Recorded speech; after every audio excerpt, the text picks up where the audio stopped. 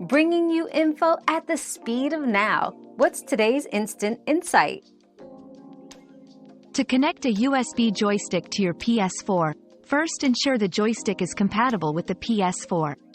Then, simply plug the joystick's USB cable into one of the USB ports on the front of the PS4 console. Once connected, you may need to go to Settings, Devices, Controllers on your PS4 to configure the joystick. Note: not all USB joysticks will work with the PS4, as compatibility is determined by the game developers and console manufacturer. Your daily dose of discovery ends here, but the journey of learning never stops. Subscribe and join us again for more answers tomorrow.